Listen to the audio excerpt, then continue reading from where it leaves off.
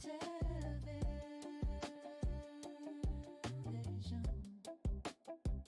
live streams. It's time to start the forum, and I'll wish you a good evening again, and welcome to the Congressional Candidate Forum for United States Congress District 7. I'm Paula Lee, a member of the League of Women Voters of Sacramento County, and I'll be the moderator. The League of Women Voters, here's our commercial. We're a nonpartisan, nonprofit, all-volunteer organization of women and men. Our mission is to encourage participation in government through education and advocacy. The League does not support, oppose, or evaluate candidates or political parties. However, we do take positions on public policy issues. We're very political in that way. We take positions on ballot measures and legislation, and all of that is based on our thorough studies and consensus process. So if you're interested in helping to make democracy work, you're interested in public policy at the local, state, and national level of government, consider joining us. We have active committees working on voter education and engagement, homelessness and housing, criminal justice, climate change, and ranked choice voting. The questions tonight were solicited in advance from the community.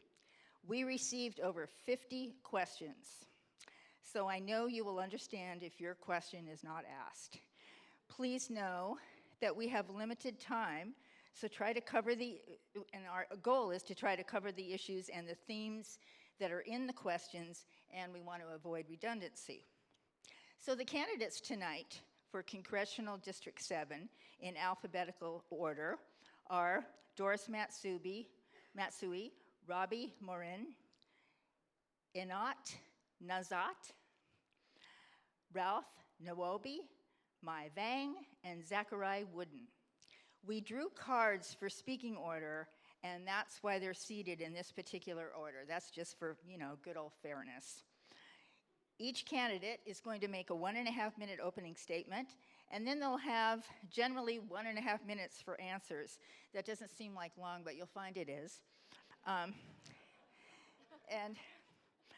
candidates, if you're really succinct, if you can do it in less than 1.5 minutes, please do go for a minute, because that means we just get more questions. And there are 6 of you. And then they'll make a 1-minute closing statement. The League's timekeeper tonight, you want to keep your eye on this girl right here with those cards. Hold them up, Lexi. Yeah, so everybody can see. Lexi Tesh is a League volunteer, and she's assisted there by our Sac State interns that are League interns. And the timer will let the candidate know when they have 30 seconds left and when to stop. I will be rotating who answers the questions first. So, thanks again so much to the candidates for your public service, for running for office, for being here tonight to answer questions from voters. So we'll begin tonight with an opening statement from Enayat, Nazhat. Is it on? Yeah, say your name again and I'll hear it. Enayat, Nazhat. One more time. Enayat, Nazhat. Thank you. Awesome. It's on. Is it working? Okay, so everyone can hear me? Yes, speak right in. Okay, awesome. Yeah. All right. Thank you for being here. Thank you to Elmhurst Association and all other associations and sponsors for putting up this event together. My name is Enayat Nazhat. I know you all don't know me. I'm a first-generation Afghan-American who immigrated to this country when I was 19 years old. I'm a tech entrepreneur. I'm a former United States military linguist and the only one on this stage who actually deployed 3 tours to Afghanistan, served in uniform and carried a rifle. I'm a nonprofit founder who actually built a nonprofit to fund congenital heart defects for kids in Afghanistan and other nations. And I'm also a cellular molecular biologist by training. Anyone worried about climate change, come talk to me. So I think Sacramento, not just Sacramento, Placerville, Lodi, Galt City, Elk Grove, South Sacramento, other cities that are part of District 7 new geography needs new representation. I know you all are sick and tired of your current representation, and I'm here to represent you. I'm fresh new blood. We need fresh new blood in Congress, and I'm your man. Come talk to me after this event. I'm going to fight for you. I'm going to fight for every single family, and not just families, also single individuals in this district, because they have been forgotten for a very, very long time. Thank you. Okay. That's all the clapping you can do till the end. So it's just because of the time, just as Maggie said. Okay, so our next speaker is Doris Matsui. Thank you very much, and I want to thank the League of Women Voters and all of you for being here tonight. I'm Doris Matsui. You know who I am. But I want to tell you something about myself. A lot of what I do today is worrying about people. I get up every morning worried about families who are scared, about people who are worried about maybe they're not going to be able to see their children at night. This is what it's all about. I serve. I stand up for people. And when they did this egregious thing, killing people, and also when they detained children, I said, hell no, we can't do that. I stand up for my people. I stand up for my constituents all the time, whether it's billions in healthcare and billions and for flood protection, making sure that we have affordable prescription drugs, and also at this moment in time too, what we're trying to do right now is ensure that we are a country that speaks for everyone. I feel at this moment, when we think about what's going on with this president, we all need to stand up and we all need to understand that it's all of us together. And that's what I stand for. I've always delivered for all of you, and I tend to continue to deliver for all of you. That's what I do. I believe in service. I believe in all of you.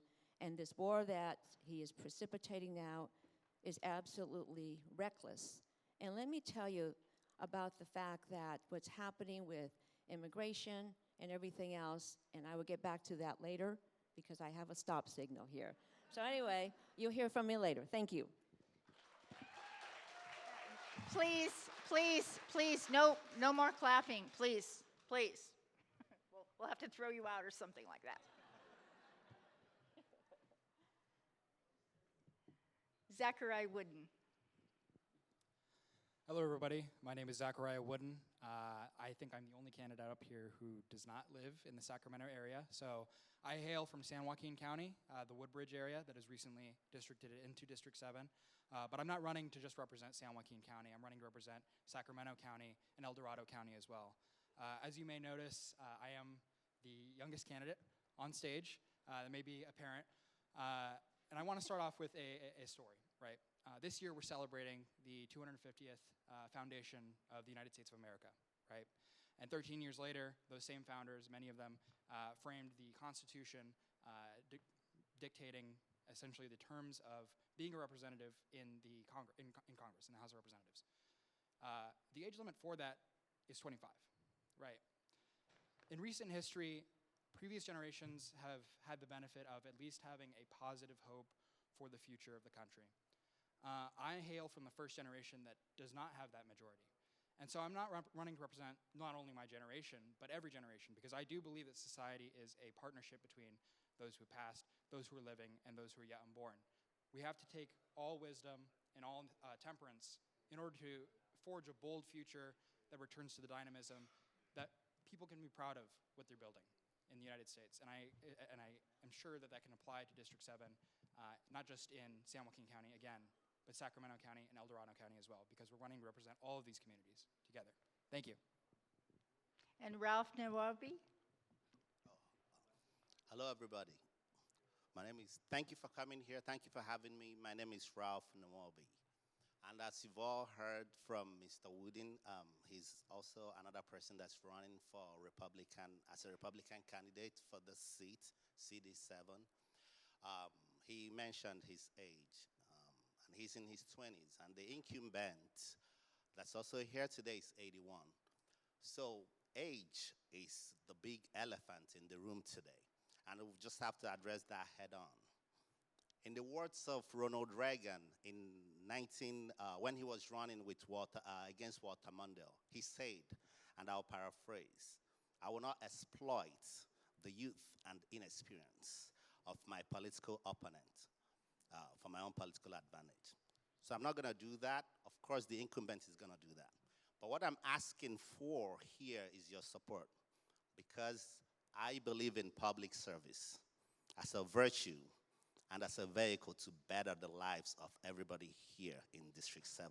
I'm a local attorney here. I've worked as a substitute teacher before becoming an attorney. I've worked as a public defender, district attorney. I'm in private practice now. I pledge to go to Congress and fight for every CD7 resident to the best of my ability, so help me God. My Vang? Good afternoon, everyone. My name is Mai Vang, and I am the proud daughter of Hmong refugee. I am an educator and a Sacramento City Council member. Tonight, you're going to hear two visions for the future. One by an established Democrat that has created the conditions for what we have today, and the other, a vision for new leadership. Right now, there are so many working families that are struggling to get by. Our refugee and immigrant families are living in fear, and we are living under an authoritarian administration, and we need bold and courageous leaders that could meet this moment. I am running for Congress because I understand the day-to-day struggles of our working families. My husband and I struggle to pay our house bills, to fill up our gas tank, to cover groceries. Doris Matsui is a multi-millionaire married to a billionaire, and she doesn't understand the day-to-day struggles of our working families. Established politicians, both Democrats and Republicans, bought by corporate PAC, created the conditions for what we have today. I support Medicare for all. Doris Matsui does not, because she takes money from Big Pharma and health insurance company. I have called what is happening in Gaza a genocide. Doris Matsui has not, because she continues to vote for military funding for Israel and is backed by AIPAC. I have unapologetically called for the abolishment of ICE. Doris Matsui has not, and consistently over 20 years have increased the ICE budget and directly profits from detention centers that detain babies, women, and children. We need bold and courageous leaders in this moment. I have over 20 decades of community organizing, policy, and advocacy experience. I have secured millions for our youth impacted by poverty, violence, and trauma, and I want to take that same fight, that same heart and hustle to the halls of Congress. I hope to earn your vote.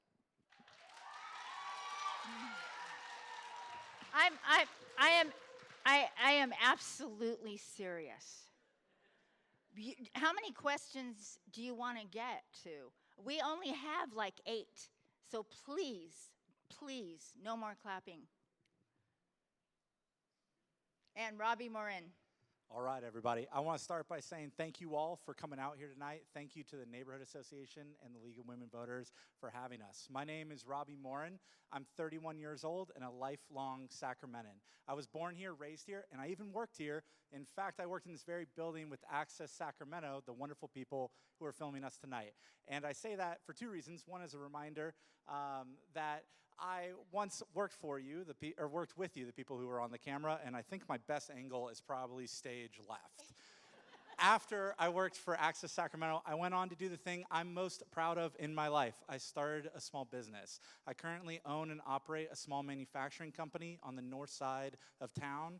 It's an absolute dream. It's amazing people that come together every day to try to build something for themselves, something that we can all be proud of. And I'm so grateful for every day that I get to show up and work with those folks.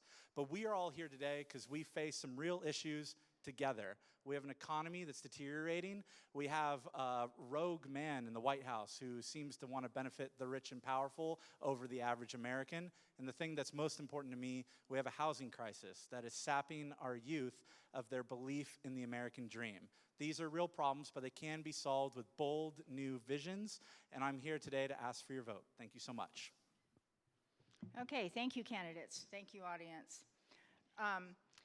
First question is going to be directed to, I'll get your name by the end of the night. Enayat? Nazhat. Okay. And this is a question, of course, for all of you. But we'll go down the line first, and then we'll begin the next question with Doris and rotate. The United States has the most expensive healthcare system in the world. We spend 18% of GDP in 2003 on health care. And the worst health care outcomes, we have those too when compared with other developed countries. We've tried the Affordable Care Act. However, H.R. 3069, the Medicare for All Act of 2025, proposes a national single-payer health insurance program covering all residents. Do you support this bill? Why or why not?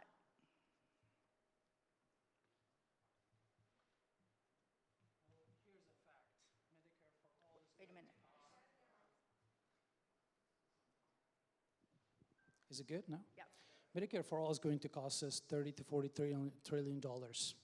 The progressive machine in Congress has pushed it for a very long time, and every single time it has failed. That tells us something. I don't think Medicare for All is going to ever pass until we have a lot of progressive in Congress, and that's not going to happen in the near future. Let's be honest about it. What I'm about is expanding current Medicare and negotiating drug prices for all drugs. That's what I'm all about. We want to make sure that we expand the Medicare, negotiate drug prices, and in addition to that, we need to make sure we have a lot of mental health facilities, because let's be honest, more than 40% of Gen Z in this country are suffering from mental health issues, depression, social media, and also anxiety that they're having with the AI, because we're living in the age of AI. So we need to establish mental health centers, we need to fund that, and we need to expand Medicare, negotiate drug prices. And we can do that pretty easily. Thank you.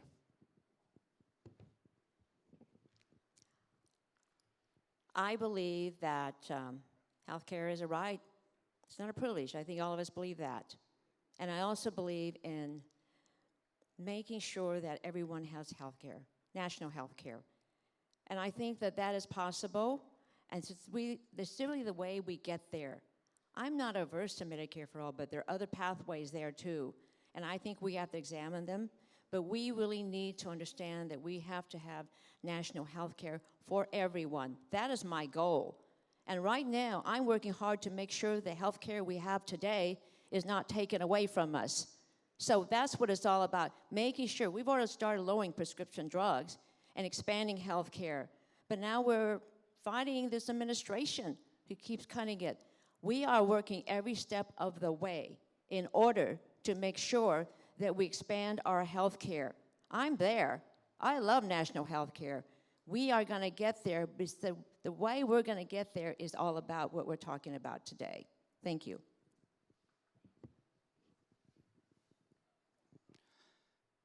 No.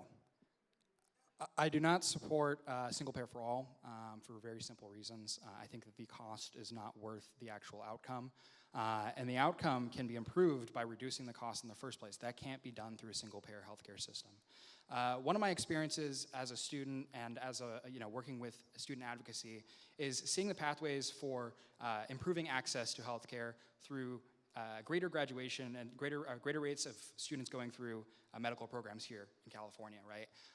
And to an extent, the federal level does have an input on that.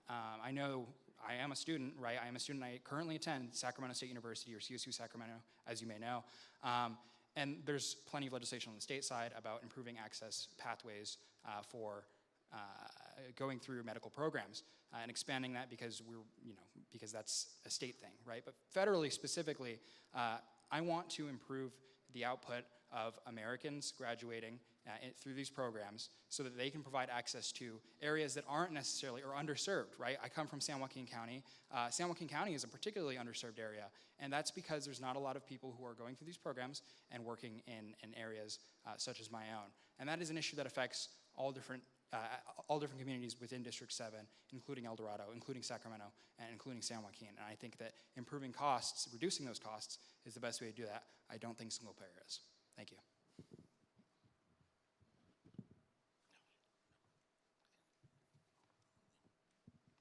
Yes, I don't support the bill because it doesn't really address the problem holistically. So when we talk about health care, we can't have health care for all. I contend that we should have health care for all citizens and for all legal immigrants in this country, which also kind of ties into immigration issue. Legal immigration is what's needed in this country, not illegal immigration. Also, going back to healthcare, it seems like most of the times we spend the most money in this country on healthcare, but still the outcomes are not as good as it should be. So that means that something is wrong. And the incumbent has been part of the system, and she has not been of any help in trying to fix the problem. Our healthcare needs an overhaul from the basics, even from the edification of the citizens on how to take better care of their health first, before we start resorting to pills and medication that the big pharma loves. Thank you. Thank you for your question. Healthcare is a human right, and I do support Medicare for all. We are one of the richest country on planet Earth, and yet we can't even provide health care for so many of our residents across our country. Other countries have universal health care. We do not. And a big part of that is because we operate in a capitalist society where insurance companies profit off of the pain and suffering of our loved ones. So I am a strong supporter of Medicare for all. Healthcare is a human right, and it's so important that we have healthcare for all, that we have Medicare for all, because we know that one of the top 3 reasons why so many of our family actually file bankruptcy is because of medical debt. I know people may say, hey, Ma, you know, Medicare for all is really expensive. How are we going to pay for it? We're paying for it now. We are paying for it now. We have one of the most expensive healthcare system with the worst outcomes compared to other countries. And so we are done with these incremental reforms. We need to have a bold vision, and we need to make sure that we pass Medicare for all.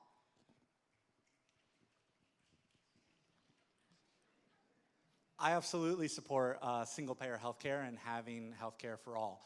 I go back to the conversations that I have with people in the district and my friends, small business owners. I think oftentimes you hear maybe people on the other side of the aisle or business owners talk about, you know, we shouldn't have socialism or anything like that. We need a profit motive. And I'm here to tell you that I'm a small business owner and I work every day under a profit motive, and I cannot fathom a single reason why we want a profit motive in our healthcare. When I think about the times when, you know, you're sitting in the doctor's office and they're prescribing you a medicine, do we really want a profit motive in that moment? No, I want my doctor to prescribe me the best thing I need to ensure that I'm healthy. Not to wonder if there's ulterior motives or they getting a payoff or a cut or something like that.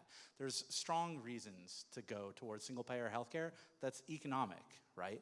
I think about, you know, if you get injured and have to call an ambulance, you don't want to wonder if that ambulance is going to bankrupt you and charge you $15,000. We are the richest country on earth, and we should be able to provide for our citizens a base level of health care that makes sure that we can take care of each other. And there's also a side thing I throw out, being a small business owner. I think that having healthcare companies sponsor healthcare systems chain employees to their workplace, and it stifles innovation, and it benefits large corporations at the pain and suffering of small business owners who would love to steal that talent, but they feel chained to the desk of, like, you know, a large corporation. Doris Matsui. Congress seems to have lost its strength in providing constitutional checks and balances on the executive branch of government. Hearings don't appear to be enough, subpoenas are ignored, and judicial decisions are disobeyed. How can Congress ensure our federal budget is spent and federal departments are funded as directed by Congress? Well, I agree with you there. Honestly, we have a government right now that doesn't work because it's invested in one power. That's all. It's supposed to be the Congress, the administration, and the courts. But the administration, the White House, has taken over. We need to change this by changing the Congress. We need to have a balance of power here. And that's really why we need to make sure that we take back the House of Representatives. It is critical for what we're going to do, because then we'll have one power there, which is a huge power, because the House of Representatives has subpoena power, it's majority, and when majority rules, we can get the things done. That's what this is all about. We need to look forward with that. Now, the courts have been trying very hard, and they're working, but they're slow. We know that. We try to bring people with subpoenas. That helps to a certain degree. But we need to have a balance of power. We need to get Congress back, and that's what it's all about. Thank you. Congress has abrogated its duty to be able to actually pursue the powers that it needs to constitutionally, right? This is a long-standing issue. This is not new. This is not recent. It didn't start in 2016. It didn't start in 2024. Congress is just not acting. And this is part of the issue of why people don't trust or believe in Congress, is because it isn't pursuing what it has been designated or delegated to do. It is actually one of the more powerful institutions in between the three branches, right? It has the power of the purse, it can subpoena, and so on and so forth. But the fact that it's developed a system that it delegates duties to in the executive branch, well, the reason the executive branch is able to do and is working to do many of the things currently is because Congress has not been stepping in at all over the past few decades, even longer, right? As a candidate for Congress, I do believe that Congress does have certain powers that are delegated to it, and I do believe that those powers should be pursued to the fullest extent, because we need a vigorous Congress in order to pursue a vigorous country. Thank you very much.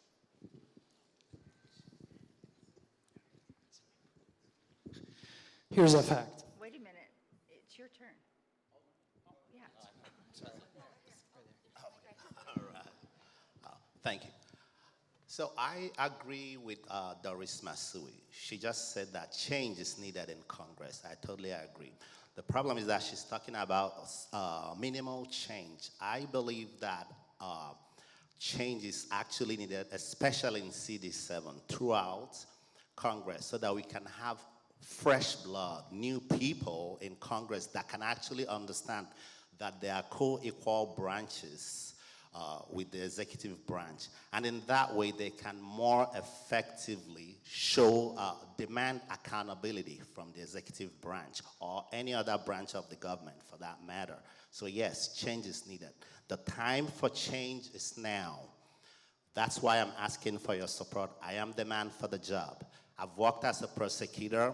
I've worked as a public defender. I'm the man that can be able to advocate for common sense values for CD7 and for everybody in California.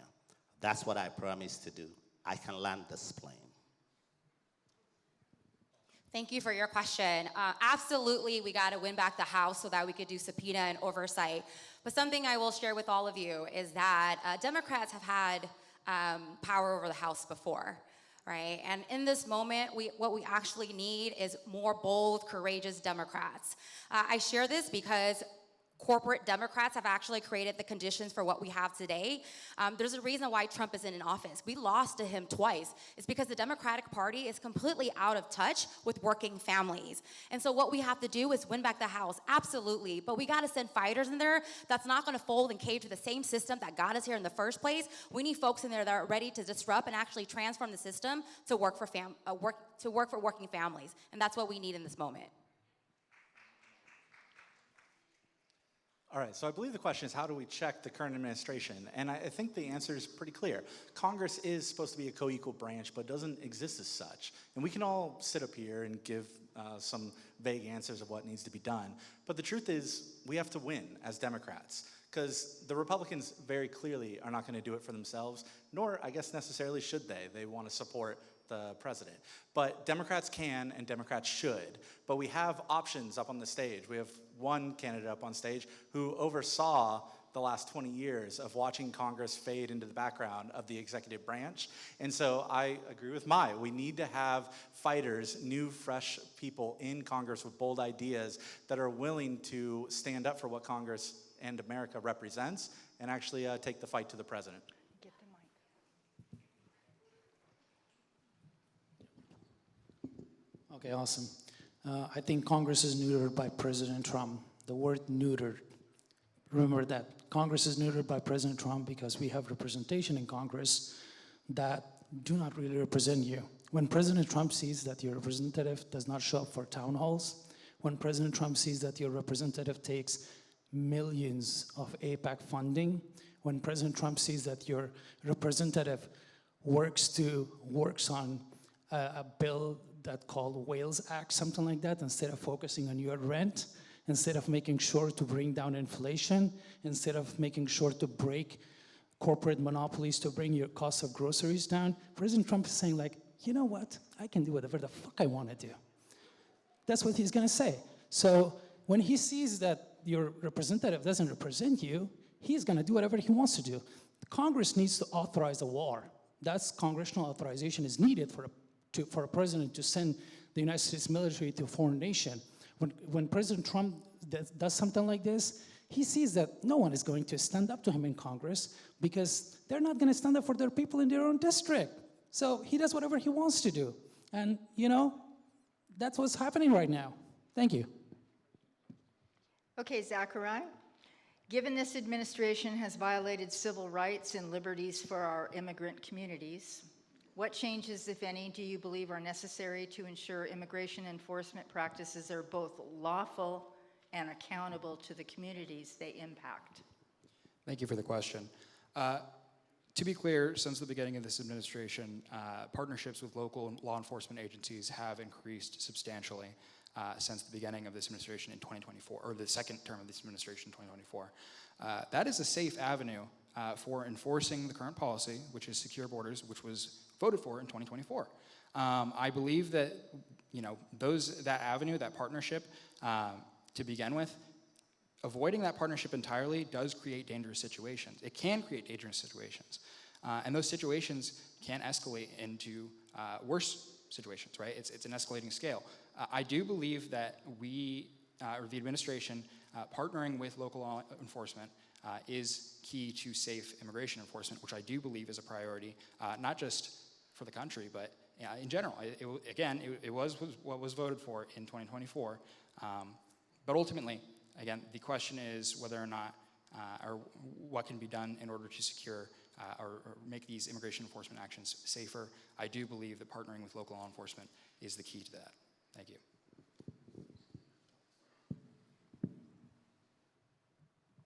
Yes, I have worked in law enforcement before, and I have a bit some experience in how the immigration laws should be enforced. Right now, ICE is doing what it needed to do, because remember, this was an emergency. This was actually an emergency that was created by the Biden administration. Now, I know. No. I'm gonna reclaim my time. Okay, but what happened here is that the border was really like a lot of people were pouring in. As I said, this country is a country of immigrants, but we prefer, I know deep down we prefer legal immigration. So now that ICE has done what it needed to do to stop the bleeding, of course, it would make sense that there are lessons learned, and they would actually have to adapt more to, and work in partnership with local law enforcement to effectively do the immigration process without actually violating constitutional rights of people that are being deported.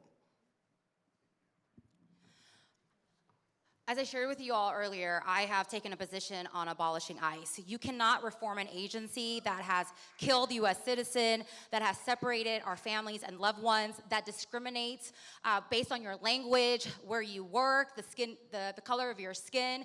This is a secret police force for Trump himself. And so we need to abolish ICE. ICE did not exist before 2003, and immigration was under INS. And so we can exist without ICE.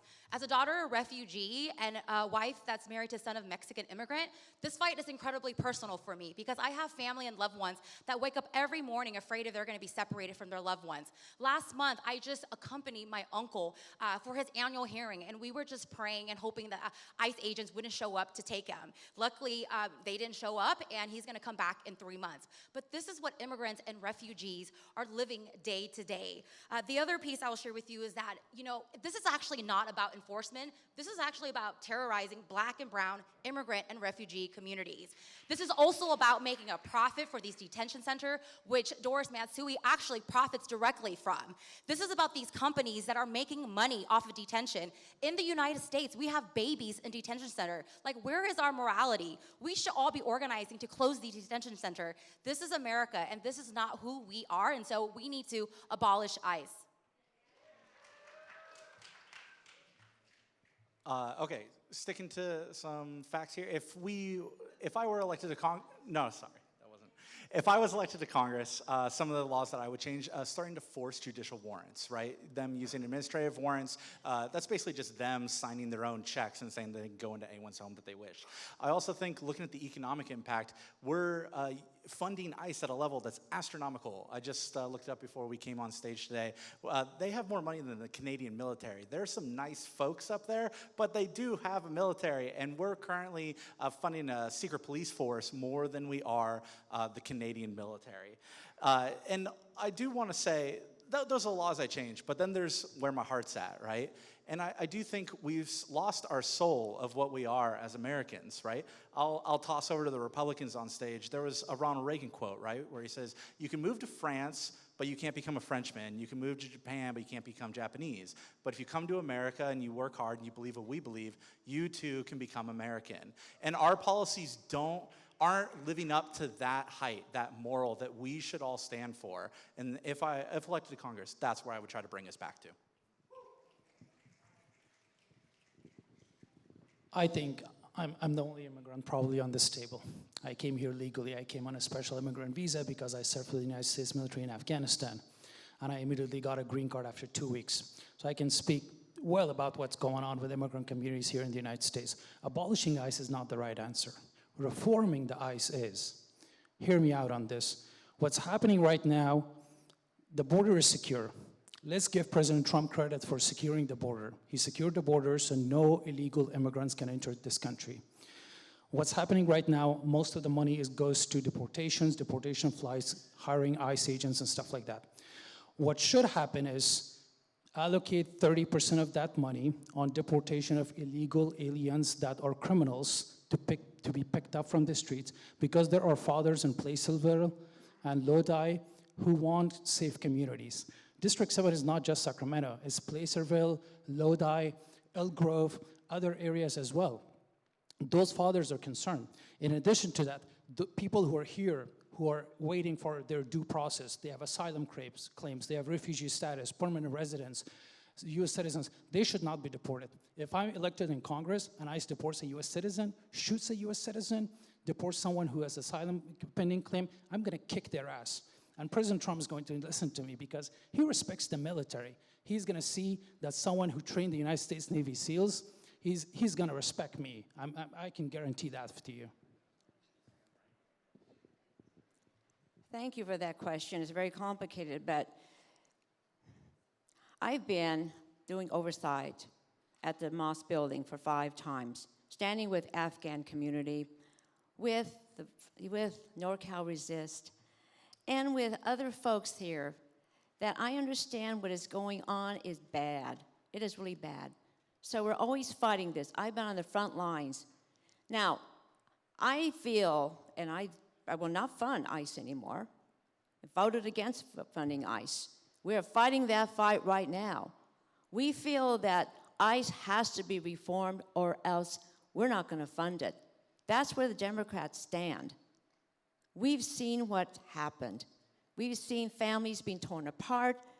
We've seen what happened when this ICE has become a military operation. We can't have that in this country. I won't have that. I don't think any of you want that too. But right now, what our power is, we as Democrats are not going to fund ICE. That's what we're going to do. We have some reforms, but unless they have those reforms in place, we won't even consider. So that's where my position is. ICE is bad. ICE is wrong. They have to be reformed. And I will not vote for them until they reform.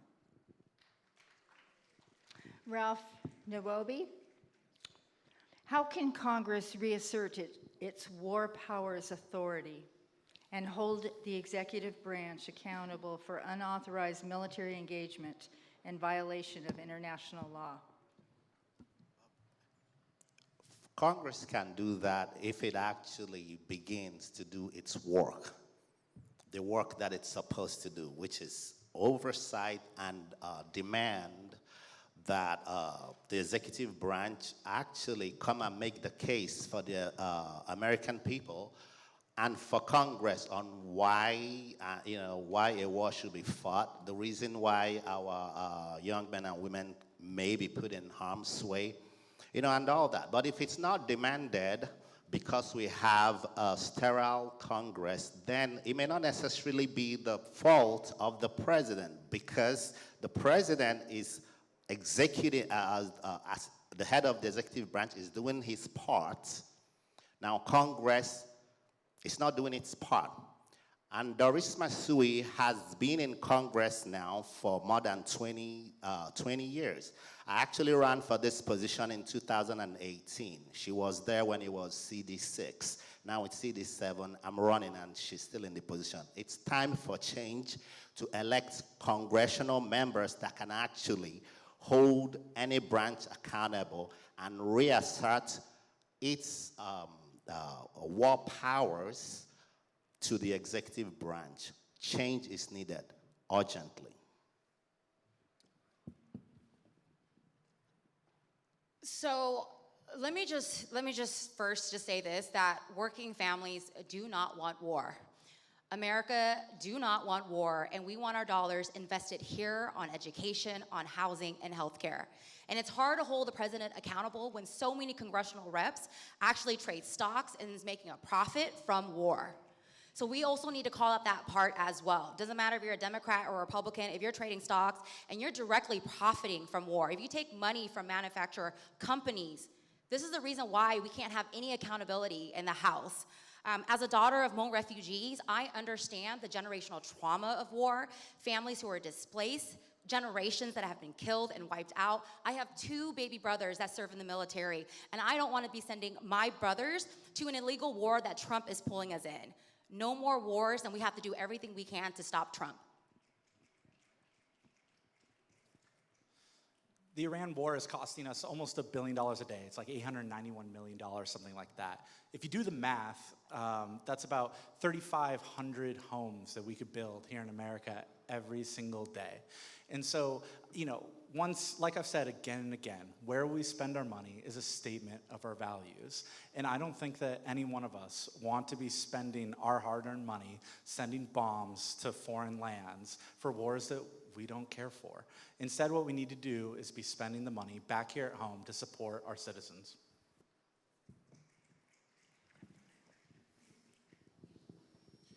War is bad. I know that because I was there. I was there because one of my best friends from Tactical Operations Center, he was a Marine sergeant, worked with me in intelligence in Afghanistan. There was a suicide attack in our base. He got blown up into pieces. His fiancée back here got his coffin with a draped flag, US flag. I was there, I picked up pieces of his body and his uniform, Marine uniform that he was wearing because we worked together. War is terrible, but let's be honest about it. MAGA didn't want this war. Trump didn't want this war. Netanyahu pushed us into this war. He has been pushing us into illegal wars since 2000 or 1999. He pushed us into war with Iraq. There were no chemical weapons. He pushed us into a war with Lebanon. There was nothing there. Gaddafi got eliminated. He got us involved in Syria. Now he got us involved in Iran. And it's terrible. It's terrible and it's horrible. It's devastating. It's kind of weird, though, that Representative Matsui is worried about what's happening with Congress and congressional war powers, but he's not worried about children that did not see their fathers and mothers in Gaza when she sent billions of dollars of aid to Israel, to IDF, the largest terrorist group on the planet Earth, to kill children and those parents there. Thank you. I have an announcement. It's the league way not to use people's names. I know when we have an incumbent, everyone's running against the incumbent, so that's why they're using that name. But we would appreciate it, candidates, if you would just say my opponent. It would be preferable. Thank you for that question. I am totally opposed to Trump's illegal war. This is something that he brought on himself. This is part of what he does all the time. And I'm going to say this, all of the money that is spent on that war, we think about all the people in this country who are suffering, that need that type of help. And I'll say this also, I voted for every war resolution against this war, and I will continue to do that. But there's another way too.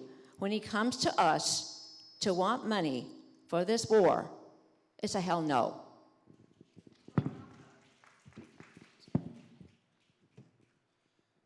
This is an issue that's dear to me specifically. I come from a military family. My father served in the Army during the Iraq War. Now, the question specifically is about congressional oversight, right? And I mentioned this earlier in my earlier answer to a previous question, is that Congress has kind of withdrawn its ability or delegated its ability, both and or, in order to prosecute military action.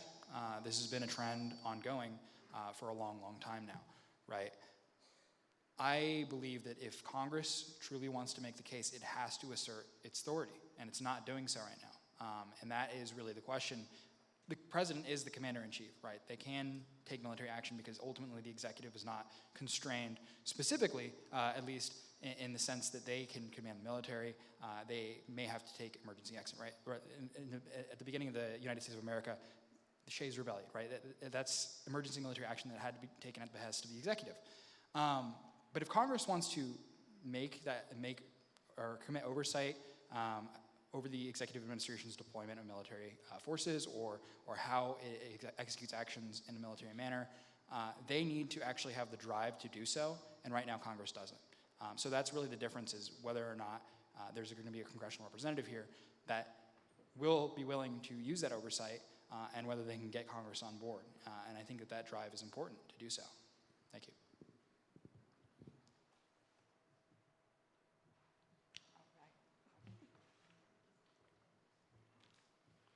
Okay, this is the question for my Vang.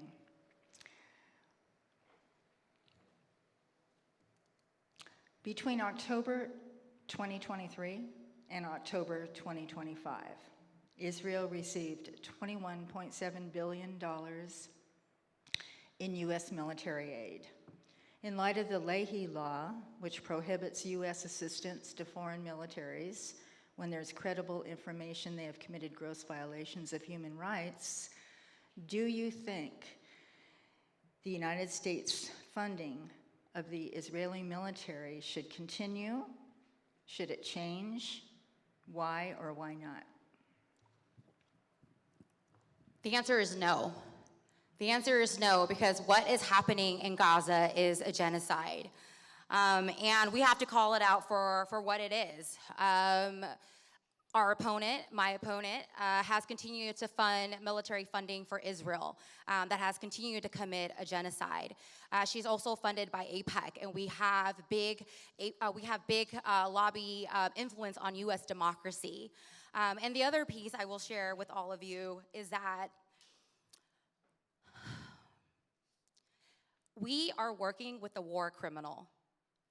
Netanyahu, we are aiding in his genocide, in his war, and we can't be sending any more U.S. tax dollars in that direction.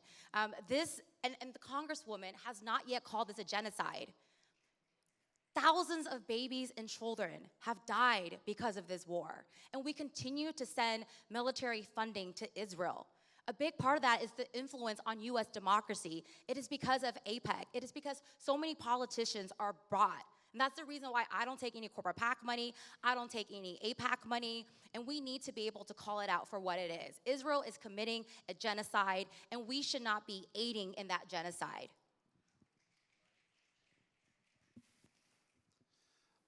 All right. I agree. What Israel is doing over in Gaza is a genocide, and we don't have to fund it. I know we've been funding it for a very, very long time, but we can make different choices each and every day. And it starts with our U.S. Congress and with the leaders that we elect. We don't have to fund them offensively, certainly.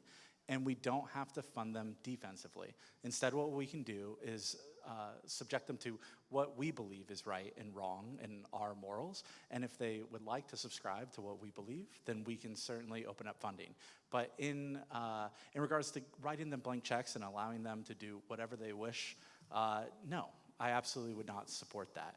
And I think that, we get wrapped up into these conversations a lot, the Gaza question, the Israel question. And I think that the Trump administration and certainly other political leaders throughout the years have said different ways of weaseling around what we're doing with Israel. But I think it's incredibly clear, if you look over the decades of what Israel has been doing, that they have an intent problem. They can call it whatever they want, but every year they make steps in the wrong direction trying to eliminate the Palestinians. And it's time that we stand up and say no. First of all, let me start by saying I am glad that my opponent finally agrees with me on this stage and calls Netanyahu a war criminal, because I didn't see anywhere on her website calling Netanyahu a war criminal at any point. This is what I think. Once again, Israel is the state sponsor of terrorism, and IDF is the largest terrorist organization sponsored by Israel. We don't owe that country anything. What do we owe them? Nothing. We shouldn't send them any arms. We shouldn't sell them any arms. We shouldn't send them any money at all. Not a single tax dollar of your paychecks should go to Israel. We also should not fund their education. Your kids are going to college. They're getting loans. They're getting financial aid. Why are Israelis in Israel getting free education? Why are they getting free healthcare that we don't? They're the sixth happiest nation, and we are probably almost the last one. What Netanyahu is doing in Israel caused Jews harm across the globe. There are attacks on synagogues in Canada. There are attacks on synagogues in Europe. There are attacks on synagogues in the United States. Innocent Jews are suffering the consequences of what Zionism is doing to them. I just met the other day a very nice Jew man. I can sit down with a Jew from Sacramento and have a conversation with him for an hour and a half, and he will vote for me because he understands me, even though I'm a Muslim immigrant who came to this country. I think we share a lot. Thank you.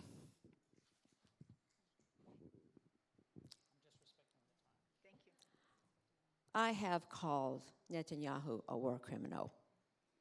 What he's done to kill thousands of innocent civilians, cause destruction to families, humanitarian crisis, I will not send any offensive dollars. I mean, he doesn't deserve it, not with this devastation. I have to say this, though. Netanyahu does not represent the Israeli people. Just like Donald Trump doesn't represent the American people. We have to find a way out. Netanyahu has to be a part of this. I still believe in a two-state solution. That is the only path forward for any kind of peace. Thank you.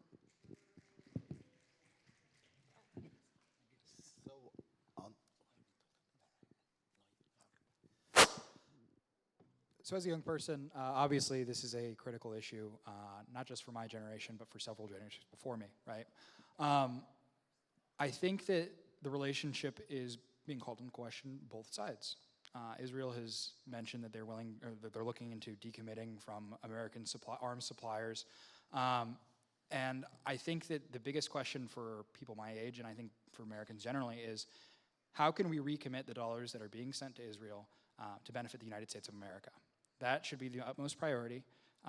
Those dollars come from taxpayer money, US taxpayer money, and they should be reinvested into the United States of America. I do truly believe that. I think that that honestly is the best foot forward for, if you want to benefit American citizens, and you're already collecting the revenue from taxes, those taxes should be going to American citizens as well. That is my stance there. Thank you. So I'm fiscally conservative, and I strongly believe that just as we aid some of our other allies, Israel is one of our main allies. We can fund, aid Israel in its military situation right now within reason. We cannot just give Israel a blank check. And that's what I'm trying to talk about in this election.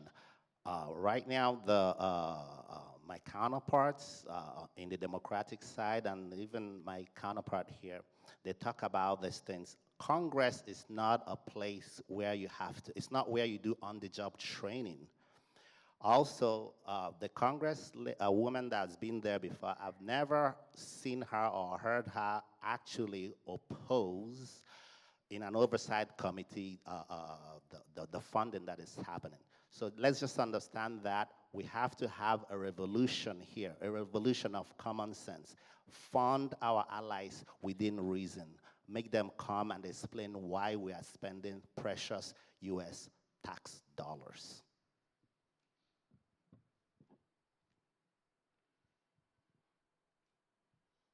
I think I started with the question. Oh, you did? Oh, yeah, that's right. Robby Morin. We are concerned that Sacramento region continues to face high risk for floods. What specific federal actions are needed to protect the region, and how would you secure the necessary resources? And by the way, before you start, I have been told that we have almost 200 watching on live stream and 300 in the room. Go ahead. I struggle with the question. I thought in the history books when I was growing up, Matsui funded the levees 15 years ago.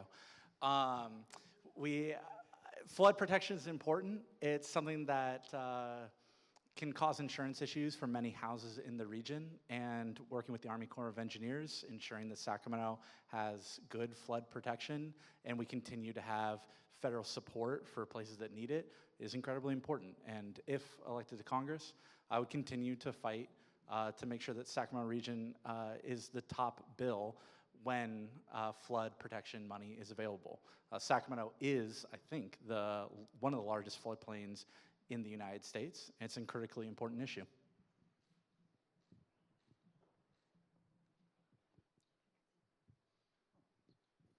Awesome. Yeah, I think flood protection's definitely very, very important. But not only flood protections. Let's just take a look at a fact. District 7 has expanded. Lodi is part of District 7. There are farmers, many farmers in Lodi that are looking forward for representation about water rights. It's really, really important for farmers in Lodi. Also, people in Placerville that have been run out of being denied insurance, home insurance, $20,000 a year, something like that, that insurance companies are denying it. So if I do get elected to Congress, not only will I work to make sure we secure flood funding for Sacramento and other areas of District 7, but also making sure that people in Placerville, insurance companies do not deny them coverage. Also making sure that water rights for people in Lodi is important. For insurance for Placerville, people in Placerville is very important, because District 7, once again, is just not Sacramento. It's not just downtown Sacramento. It's just not the progressive base here in Sacramento. Thank you. Thank you for that question. I've been involved in flood protection for a long time, but I know it's something that you have to work out and continue to work at.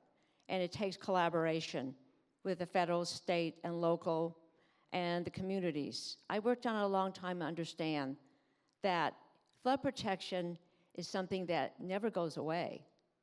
I mean, we built a big spillway at Folsom Dam and strengthening the levees and doing all the work, almost complete in the Thomas, and up and down the American and the Sacramento rivers, and now in West Sacramento. But our conditions always change. We could have atmosphere river. And so we are thinking about that already and looking at the bypasses and the weirs and how we do this together. And in this new district now, I've been talking to the people in El Dorado Hills and Lodi and certainly the south part of Sacramento, because that type of flood protection is different. It's not the hard the engineered levees or dams, it's weirs. And it's letting the natural water flow and making sure it goes in the right way. Flood protection is a forever thing. It's never finished. And I'll continue working on it. Thank you. Ultimately, coming from San Joaquin County, especially the new part that's been districted into District 7, I understand that flooding is an incredibly important part of this district. Understanding how to combat that is critical, not just agriculture, but as well as Sacramento. And it is also one of the most federally involved water areas in the nation, simply because of the environment.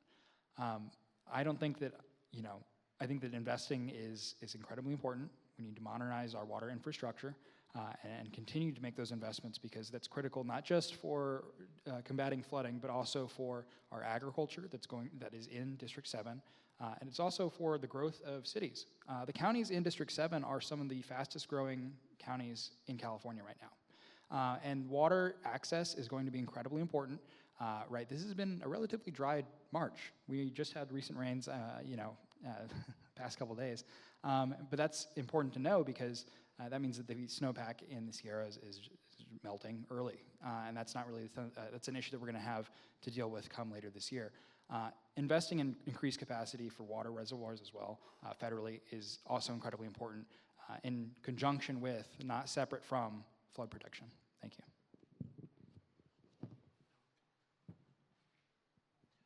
So flood protection is a perennial need. It's a perennial problem. It's something that will keep on occurring. So the best way to deal with it is at least to make it common, like to be able to disseminate the information that will help to prevent it, preemptively, to prevent it. And then in the situations where it cannot be prevented, how do we ensure that the affected places, the people in the affected places recover? So they need to be helped as fast as possible in their recovery efforts. Families, farmers, just places that are affected. And in Congress, if I'm elected as a congressman for CD7, I will fight vigorously and advocate for policies that will ensure that if there is any kind of flooding in any area in CD7, we will be the first district to get the required funding to help in alleviating the problem and help in the recovery of families that were affected. Our opponent has been in office for 20 years, and Sacramento has actually become one of the worst floodplain in the United States. And we do need to keep building protection for our levees, but what we also need is insurance protection for flood, for fires. We need that right now for our families. As Congresswoman, I will continue to fight for more resources for infrastructure and to have a stronger protection for our levees, but we also have to talk about how being in a flood zone plain actually costs insurance to go up for so many of our working families. And so we also have to make sure that we build protections for our homeowners and our renters as well that's in the flood zone.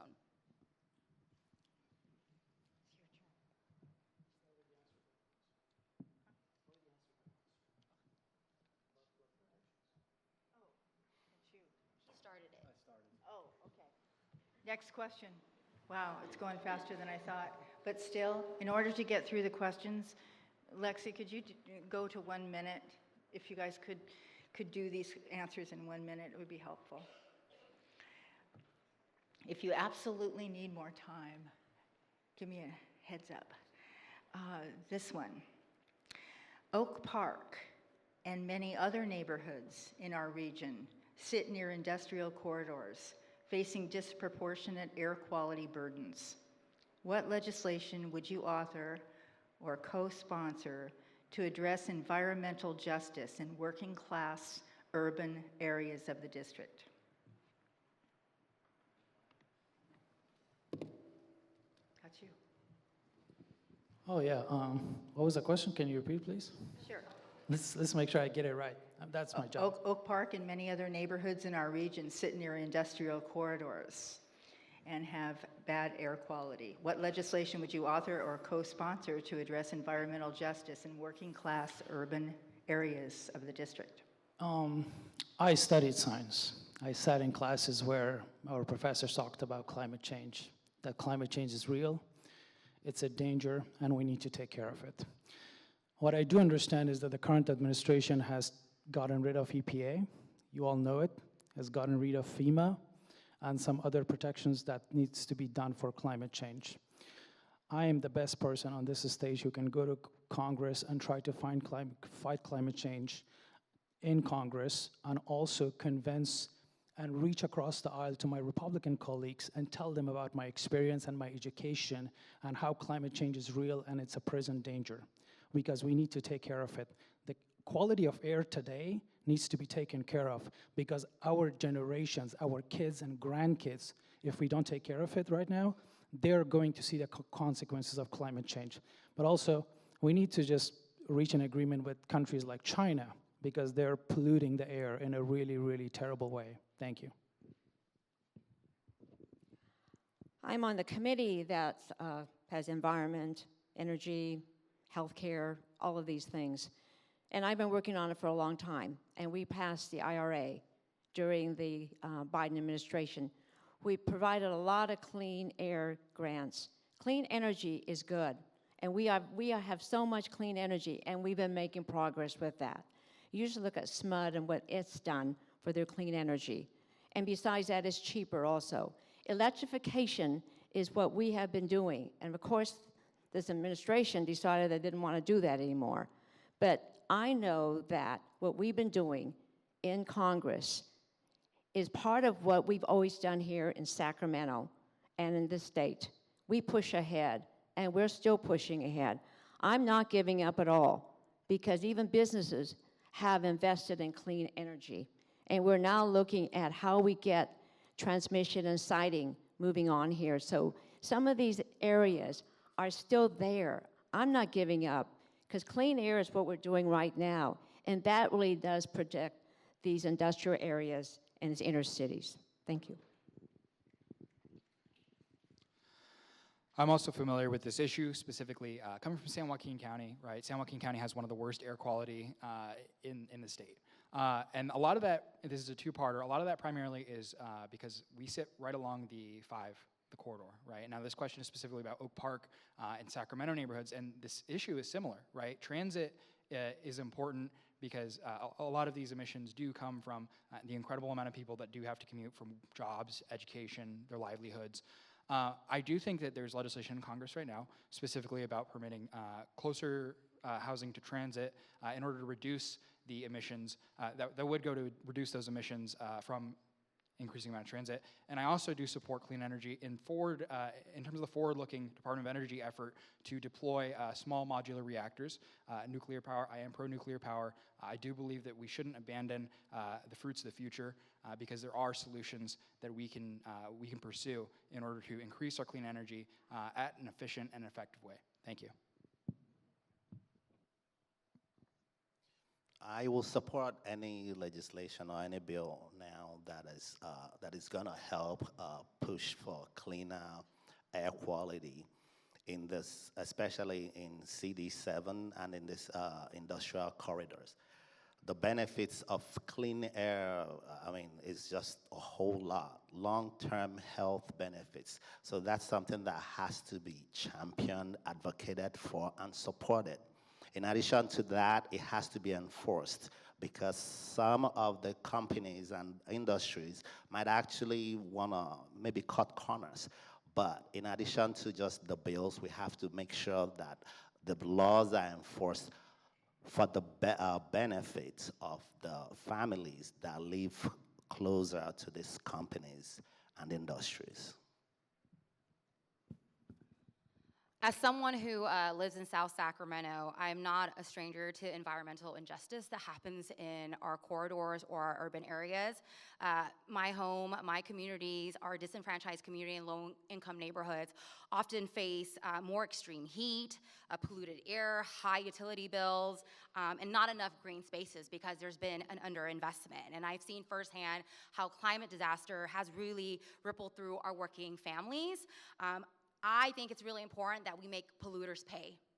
that we make corporations pay for, for us to be able to actually fund a Green New Deal, to make sure that we transition our economy to clean energy that actually creates good paying union jobs, green energy jobs. And so that's what I would do as a Congresswoman. This question hits home for me because I think I'm the only one on stage that is actually subject to the environmental laws of the state. I think that California has some good environmental laws on the books. If elected to office, I would pull those laws up to the federal level. And I will say, if you want to have businesses care, if you want to have businesses that aren't polluting in your towns and cities, we should support small and medium business. Because when you just have large corporations that are running these industrial plants, right? I have a small manufacturing company. I live where I work.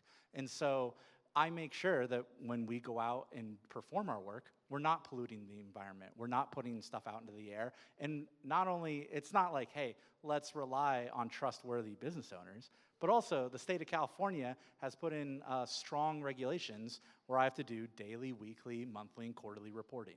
And so the laws that we have on the books are great, but I think supporting small business that actually truly cares about the communities that they serve and are in is the right path here. Doris Matsui. Many feel democracy is under attack. Reforms have not reduced money in politics, but rather increased the influence of big money. And voters are not necessarily happy with the top two in California. What reforms would you support to increase fair and broader representation of all voters? Well, I also don't like the top two.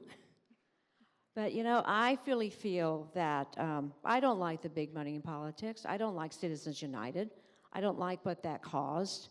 And I believe that what we've done here, especially in California, with Prop 50, means that we really have an opportunity to change this, because we can elect more people to Congress who understand how important it is to participate. I feel right now that this is an important time to get behind something like this where we really know that there is money in politics we don't like at all. But I don't intend to put my hands behind my back and give up right now. I am funding many, I have funded many Democrats, good Democrats, who are fighting Trump Republicans. And I will make sure that they have the money to do that. Again, touching on this issue, I think faith in the institutions of democracy have declined because they're not responsive, right? That's a consistent issue on either side of the aisle, that the institutions are not responsive and that they need to be responsive to the needs of the community. I'm part of a new community that was redistricted into this new district, District 7, right? We need a representative that is going to be able to actually be responsive to the issues of the communities, not just in Sacramento, but also in San Joaquin and also in El Dorado, because we do share a common destiny, right? And we all want what is the best. We may disagree on how to get there, but ultimately, being responsive is an antidote, in part at least, to preserving faith in institutions of democracy. If we don't have responsiveness from our leaders, from our representatives, we simply cannot trust that those decisions will be made on behalf of us. Thank you.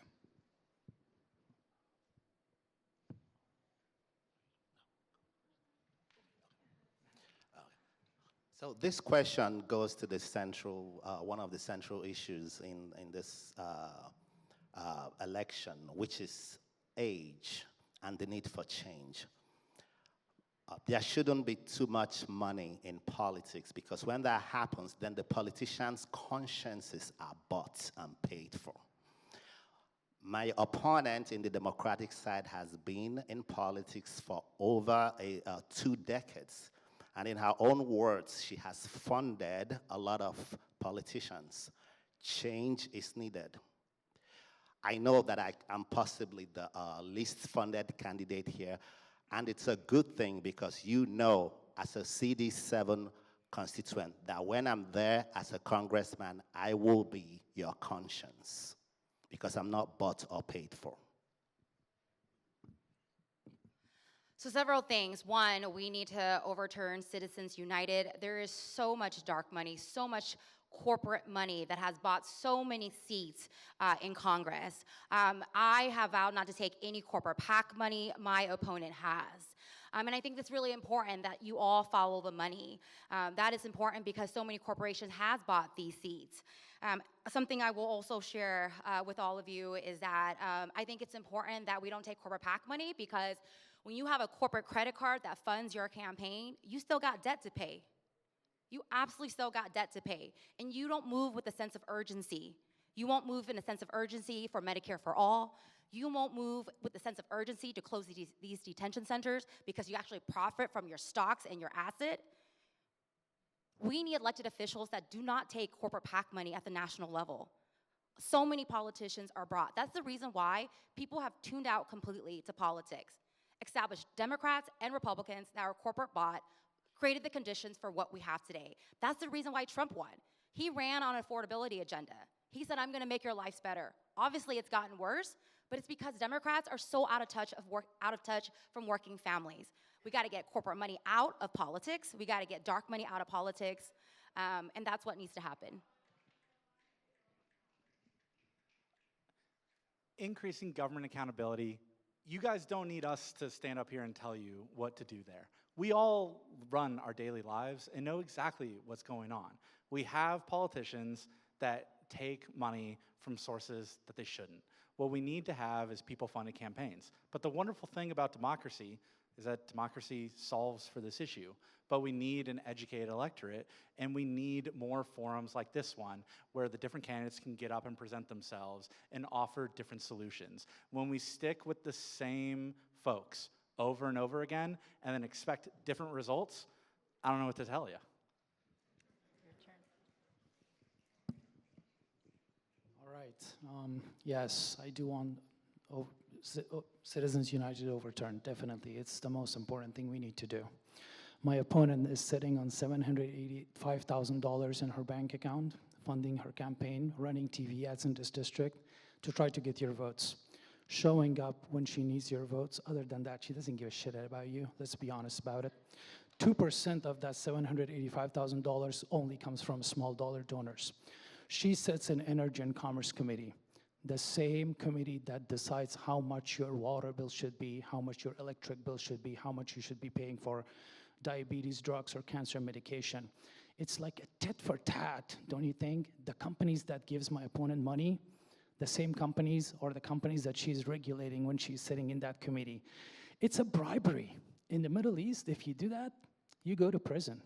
But in this country, they call it politics.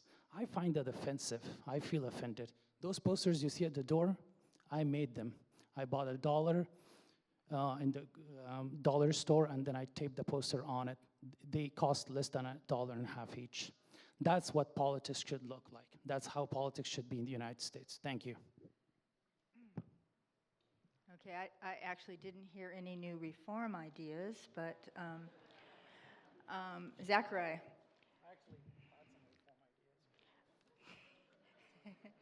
You can talk to the group after this. All of you can. Okay, this is for Zachariah. Congress has passed major infrastructure investments in recent years. What's your approach to ensuring those funds create tangible improvements in local transportation and infrastructure in our region? You know what? I'm going to skip that question because I'm so excited. Do you have a good answer? Okay, go ahead. Go ahead. I read it. So, as you can see, I'm very excited to answer this question. I really think, in terms of infrastructure spending, right, one of the biggest issues with infrastructure projects, both in the previous administration and this administration, has been permitting. There's a lot of, especially in California, there's a lot of duplicative processes, both on the state regulatory process and the federal regulatory process. And I think that, frankly, this administration has done a good job in terms of reducing the amount of duplicated processes for permitting to get infrastructure projects on the timeline to be built, right? That includes for water. That includes for infrastructure like transportation. That includes for building for businesses and for homes as well. Now, obviously, the federal government doesn't control the permitting process. There's obviously the municipalities, or maybe your county, or the state in recent times as well.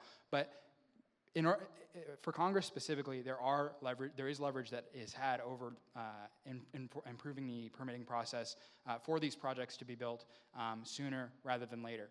America used to be able to build things. We used to be able to do that. And even in California was the progress state for building things. So I think we can return to that if you elect me. Thank you. Any policy that's devoted to improving infrastructures that will help transportation for the citizenry should be highly encouraged, just like this one. So transportation is very necessary, and if there are places where we would need funding to maybe build like train stations and all of that, we have to do that. And if congressmen and women should be able to fund such projects, because it not only helps the citizenry in their transportation needs, but also helps create jobs. It's very important for the economy. So I will support any infrastructural bill that will help improve transportation in CD7 and in California as a whole.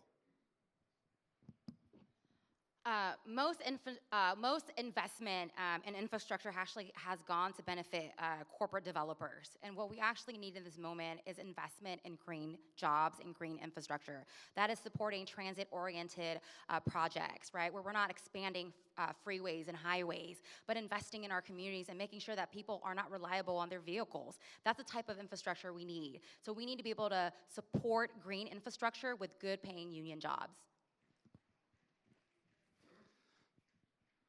I'm a Democrat at heart, but one of the main reasons I hopped in this race is because I always agree with the heart of where Democrats are, but they're rarely at the federal level been effective at executing on the vision in a timeline that matters to our people. And so you can look at things like the infrastructure bill, or even the rural internet bill that my opponent here has touted.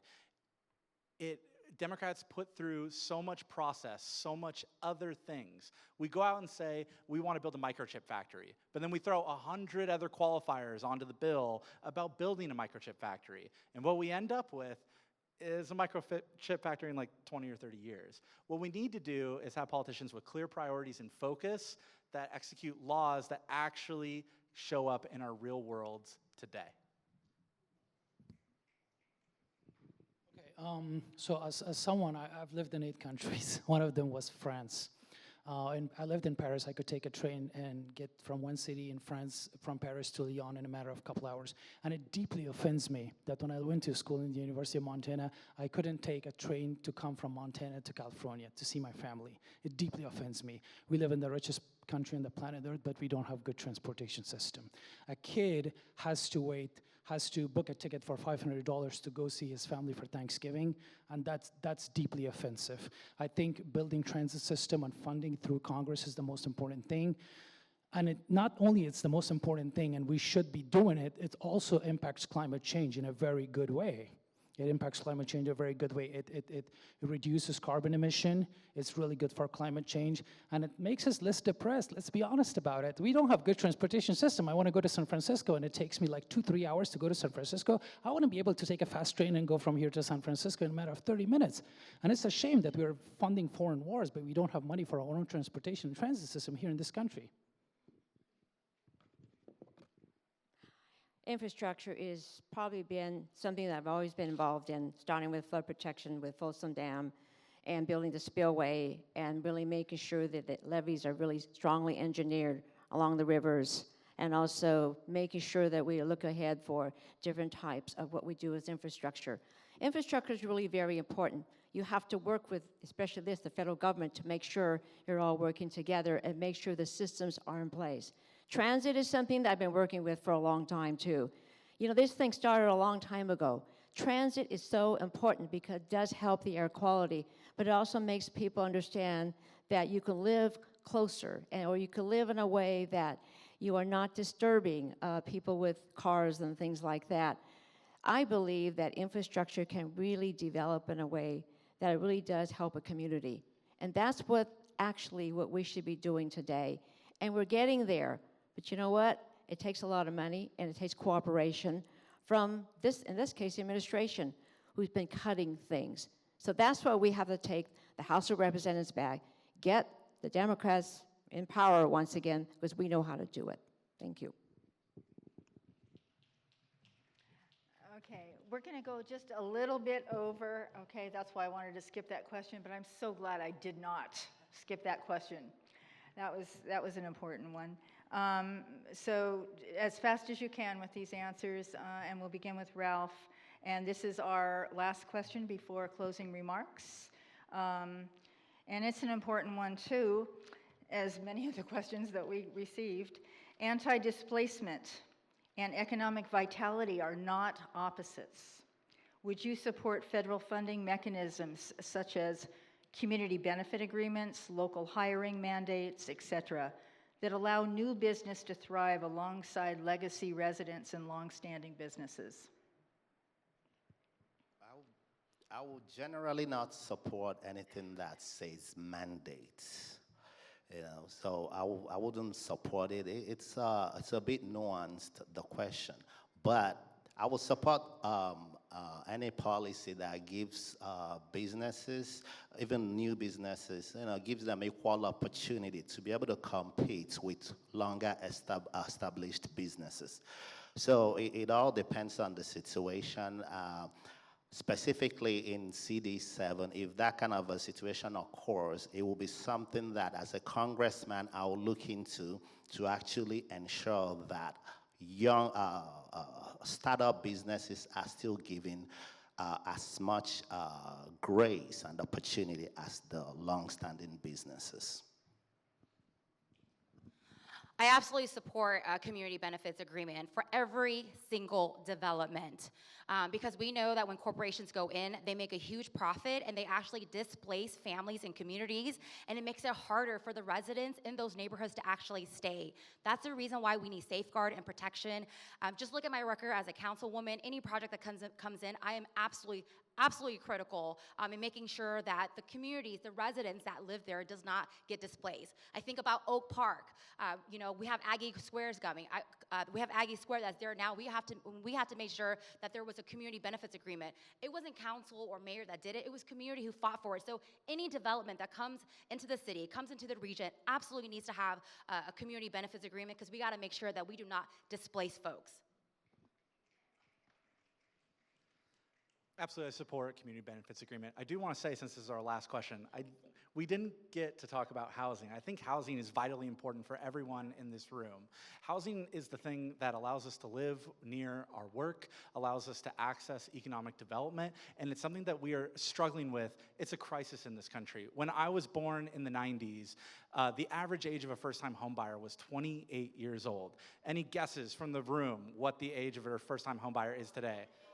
All right, it's 42 as it sits today, or at least I'm the guy with the mic, so I get to say that today. But every decade, it goes in the wrong direction, and we have our leaders to blame, because this is not a new issue. It's just an issue that's reached a crisis at this point. And what we need is leadership that's going to address this, because we have the elected representative who every decade has seen this data move in the wrong direction. And talk about economic development, economic opportunity. Housing is so key to everyone in this district. Yeah, as a tech entrepreneur who is building a startup company that is social political platform that holds politicians accountable, that's right. I want to build a platform that holds politicians accountable so you don't just vote when it's election time. You also can voice your opinion when it's all the time, every single week, every single day. It's so damn hard to get SBA loans. It's so damn hard to get any loan to build a startup company, to build a business. So yeah, I do support any effort that helps us build businesses. When you walk around in any other country, when you walk around in Mexico City, in Paris, other places, there are cafes, a lot of businesses, but we don't have it here. Why? Because the government is not supporting a lot of people to become entrepreneurs. People immigrate to this country to become prosperous, to become wealthy, to go from surviving to thriving. People come here from Mexico, Colombia, Venezuela, Afghanistan, India. They want to come here to become wealthy. And if we don't provide them with those conditions, how are they going to thrive? If we help them, they can build businesses. It helps the community. You build a cafe, you build a restaurant, you build a business, you build a startup company. It helps everybody. I'm all for it. Thank you. I'll make this short. I support community benefit agreements. I'm glad that housing was brought up because that is an incredibly issue. My opponent mentioned that he's born in the 90s. I was born in 2001, so I was 7 years old when the recession began. You know, I should have been buying a cheap house before then. No, but seriously, I do think that the important thing to do, the federal government cannot mandate certain development patterns. It can't do that, and I don't think it should do that. I think the property is important, and your right to do with what you want to do with it, is just as important. However, Congress can set incentives for cities to improve affordability. And what causes displacement is unaffordability of housing, of your business space, of your livelihood. And the best place to keep against displacement is to make it affordable for you to stay in the neighborhood, in the community where you live. And I think that's incredibly important and something that should be incentivized by congressional funding, through grants, et cetera, especially considering legislation that is being pushed through Congress right now, to do that. And I think that's important and I am in support of. Thank you. I know, but you're closing remarks. It's now time for closing remarks, and these candidates have 1 minute. Awesome. So I'm Enayat. I'm running for Congress in District 7, California. I want to represent every single one of you, from Sacramento to Lodi to Placerville to Elk Grove. And I don't just want to represent and sell you hashtags. I don't want to sell you hopes and fake promises. I want to represent the working families. I want to represent the Gen Z. I want to represent the singles because they have been forgotten for a very long time when it comes to taxation and representation. And I think it's time that we just put our heads together. And since I went to Congress, who brings fresh energy, who brings experience, I'm the only candidate on this stage who is fluent in 4 languages. I can talk to Indian community, I can talk to Hispanic community, I can talk to Pakistani community, I can talk to Arab community, I can talk to Jewish community. And I think I'm the best person for this job. Give me a chance, and if I don't do a good job, fire me in 2 years. I think that's what you can do. I think that's what the founding fathers intended for us to do in this country. That's why they allowed us to have terms for 2 years. And after that, you can fire your representatives. If you're not happy, just fire your current representative. Thank you. Thank you. You heard a lot this evening, and this race is really not just about me. It's about all of you, because you really think about what we really want in this country. You know, we have an opportunity now. You think about the fact that we can probably work forward now to really make sure that we have a balance of power. Because you have to think about what do you want this country to be? Do you want it to be, you know, Trump's exclusionary policy where we pit people against people? Or a democracy, a country like I want, where we work together? And we work together when we really understand that this job is serious. You have to understand how to move legislation. You have to know how to pass it. You have to know how to execute it. And you have to also know how to bring it down to the local level. This is what this is all about. I stand and fight for you all the time. I deliver for you. I have a list of accomplishments. I'm not going to throw it on you right now.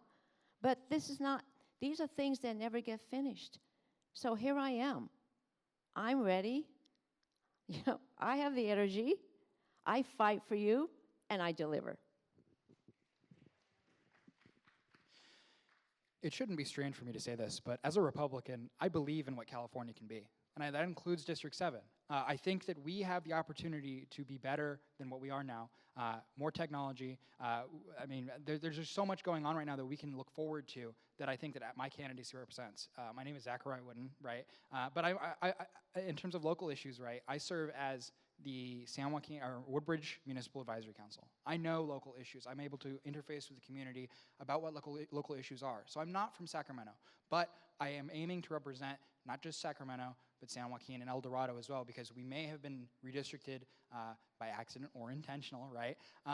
But we now share a common destiny, right? The issues that we want our representative to represent us on should unite us all. And we do have a lot of in common, more in common than I think we have apart. And I think that my candidacy can provide that hope for all of us together, regardless of which community we come from, because all of our communities can benefit as a whole. Thank you.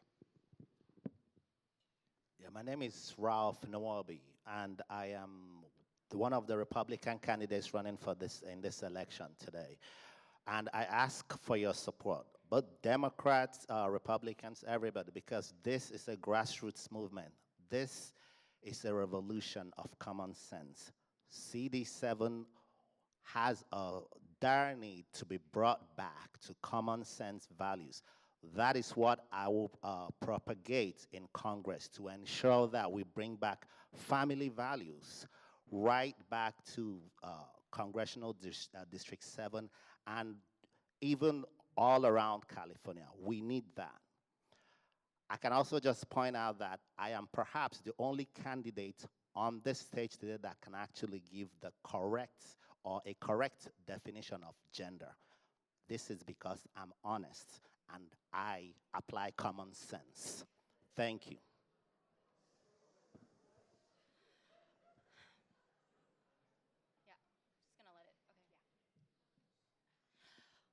Thank you so much, everyone, for being here today. I want to thank the Neighborhood Association for putting on this forum. I want to thank the League of Women Voters for facilitating.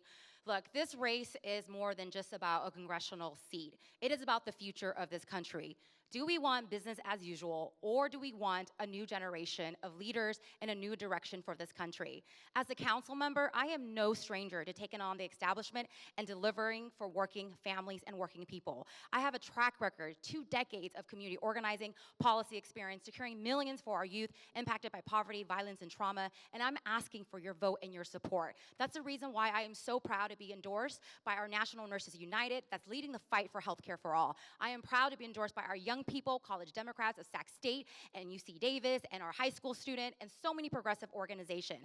I am the candidate that is not taking any corporate PAC money because I respond to you, and I'm asking for your vote and your support. I don't take running against an incumbent lightly because I know that we are never going to be able to outspin her, but what we have is people power that can beat money. And so I'm asking you to join us, tap in, go to myforus.com, become a volunteer, and let's go win this. There is another option on the ballot for this region, and we are ready for change.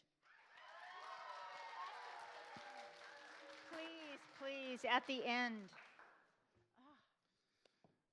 This election is about more than just the people up on stage. What we have in front of us is a decision to make. Do we want to look in the rearview mirror at the past, the same thing over and over again? Or do we want to look to bold new leadership into the future?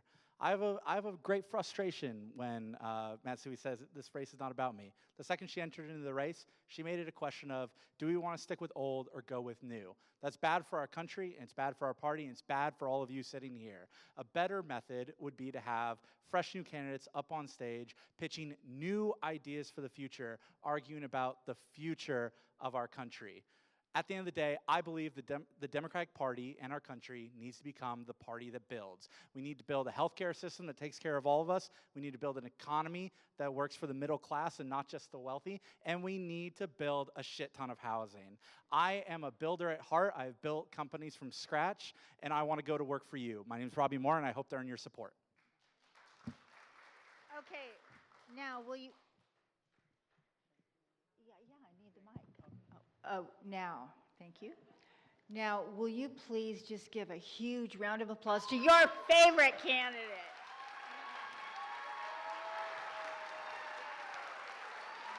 I'm not done.